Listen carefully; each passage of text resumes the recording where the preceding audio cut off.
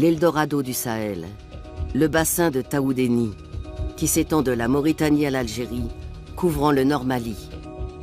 Il existe des gisements en quantité non négligeable, mais dans une zone très vaste, peut-être plus grande que le Texas ou équivalente aux 2/3 de l'Europe. Il y a donc très peu de puits dans cette zone, en tout cas pas assez pour faire une estimation. Il faudra beaucoup de temps pour connaître les ressources exactes de ce bassin. 130 ans après la conférence de Berlin, un nouveau partage du continent africain s'effectue pour garantir l'approvisionnement en pétrole, en minéraux stratégiques, en terres arables et même en eau sous les sables du désert. Dans cette partie d'échecs, la France n'est pas seule. Et c'est bien loin du Sahara que se décide le futur économique de la région. Des représentants des groupes pétroliers, des experts du capital risque et des responsables africains en charge de l'énergie se retrouvent à Londres, capitale financière de l'Europe, pour discuter de contrats et rêver de gros profits. Bonjour mesdames et messieurs et bienvenue à ce 11e forum de l'Afrique indépendante.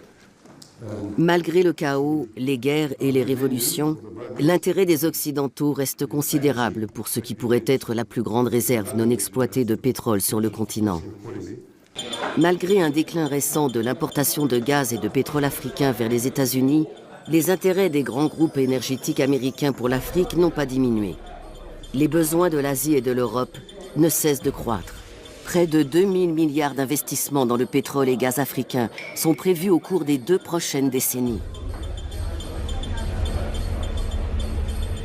On sait tous qu'on va vers une raréfaction des ressources pétrolières et que ces derniers grands bassins pétroliers d'Afrique vont avoir une importance croissante au fil des années et qu'il est très important de se prépositionner pour l'exploitation de ces ressources. Ça sera une espèce de super police avec des inégalités extraordinaires entre les pauvres et les riches et la nécessité de contenir les classes dangereuses, les zones de non-droit pour protéger les zones en développement. Donc il y a véritablement ce que les Américains appellent les small wars, une espèce de cavalerie destinée à maintenir la paix pour les affaires occidentales sur le continent africain.